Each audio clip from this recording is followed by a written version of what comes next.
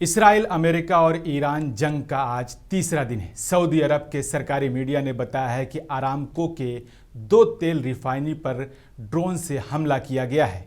ये दृश्य देखने में बहुत भयानक लग रहा है। कुवैत में अमेरिका के कई फाइटर जेट क्रैश हो गए हैं।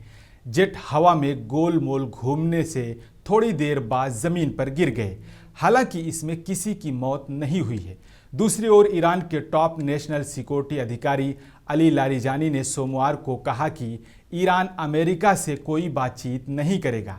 ये बयान उन खबरों के जवाब में आया जिसमें कहा गया था कि ईरान ने अमेरिका से फिर से बातचीत शुरू करने की कोशिश की है।